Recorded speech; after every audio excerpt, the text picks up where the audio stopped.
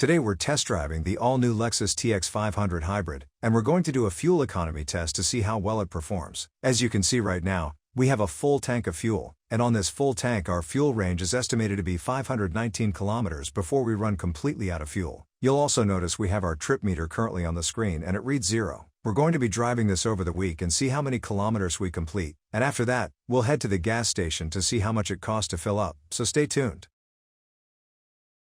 We just spent the week testing the TX500 Hybrid, and have some numbers here that we'd like to share with you. As you can see, we've driven a total of 432 kilometers, or 268 miles. I haven't had the air conditioning or the heating on at all, but have had the sound system on the whole time. Also worth noting is we spent about 60% of our driving in the city and 40% on the highway, just to give you an idea of how I got the numbers that I did. You'll notice we're at the fuel station and we're going to fill it back up, and based on that we'll do some calculations to see how well it performed.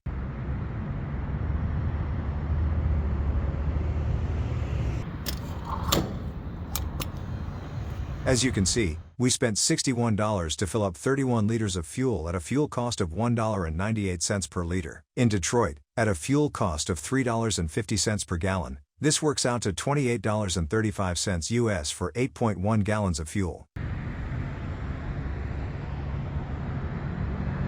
As you just saw, we spent $61 to fill up 31 liters of fuel at a fuel cost of $1.98 per liter. Also worth noting is the TX500 Hybrid's fuel tank capacity is 65 liters or 17 gallons. First, let's calculate our distance per liter, and we'll do that by taking our distance driven and dividing it by the number of liters we filled up. So 432 kilometers divided by 31 liters gives us 14 kilometers per liter or 33 miles per gallon. That means every liter of fuel will give us 14 kilometers of driving, every gallon of fuel will give us 33 miles of driving, and every 7.1 liters of fuel will give us 100 kilometers of driving. Now, let's calculate our actual real-world driving range, and we'll do that by taking the 14 kilometers per liter and multiplying it by our fuel tank capacity of 65 liters. So, 14 kilometers per liter, multiplied by 65 liters, gives us 910 kilometers. That means on a full tank of fuel, you can expect 910 kilometers or 565 miles of driving. Now, let's calculate our cost per kilometer, and we'll do that by taking the total cost of our fill-up and dividing it by the kilometers that we drove. So, $61 divided by 432 kilometers gives us 14 cents per kilometer. That means every kilometer costs us 14 cents. Now, let's calculate our cost per mile, and we'll do that by taking the total cost of our fill-up and dividing it by the miles that we drove. So, $28.35